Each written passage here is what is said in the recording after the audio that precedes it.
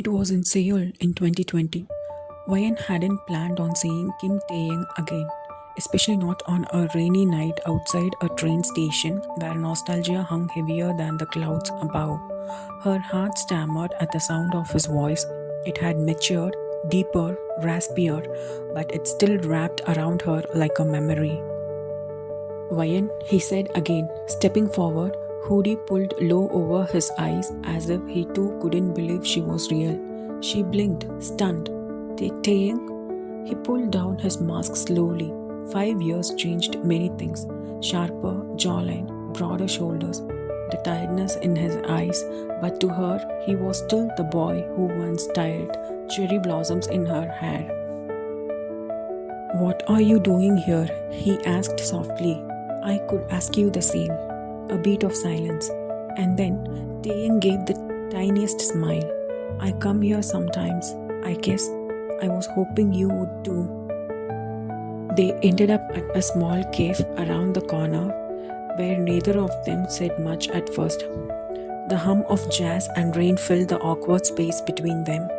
How have you been? He finally asked, voice hesitant. Wayan stirred her coffee slowly. I have been breathing. He chuckled, a little sad. Me too. I see you on screen, she admitted. You're doing well. Taeyang leaned back, hand in his hair. Yeah, I guess so.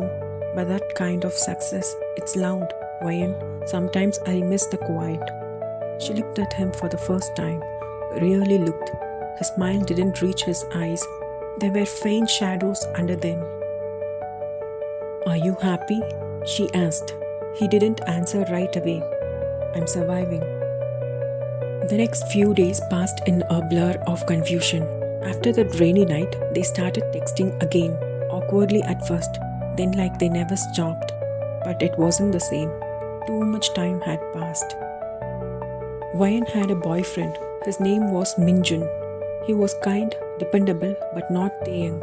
Taeyang was dating an actress, beautiful, successful, the kind of women who looked perfect next to him on red carpets. And yet, neither of them felt complete. Late at night, Taeyang would lie awake staring at the notebook Wayan once gave him. He had filled every page, but he never sent it. You once said I would forget you, but not a day has gone by that I haven't looked for you in the crowd.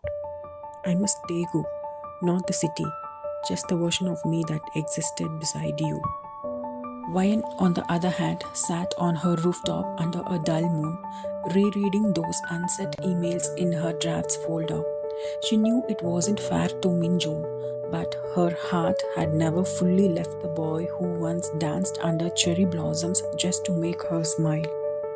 An unexpected reunion. Weeks later, fate twisted the knife. Wayan's university partnered with an arts foundation sponsored by none other than Kim Tae-hyung. It was a job to coordinate the welcome event, and that meant working directly with him. Are you avoiding looking at me? He whispered, teasing her as they stood backstage before the event. I'm working. You're blushing. I'm annoyed. He grinned, his old confidence slipping through. You always say that when you're nervous. She rolled her eyes but couldn't suppress the smile creeping in. Their banter felt like home. After the event, he found her alone, packing up the leftover flyers. Can I take you somewhere? He asked. Taeyang, please, just this once. They drove in silence until he stopped at the old bridge in Daegu, the one where they used to sit after school.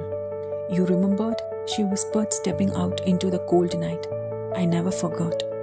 He pulled out to the notebook, the one she had given him. I wrote it in. All 5 years. She opened the first page. Dear Wayan, I made it to Seoul.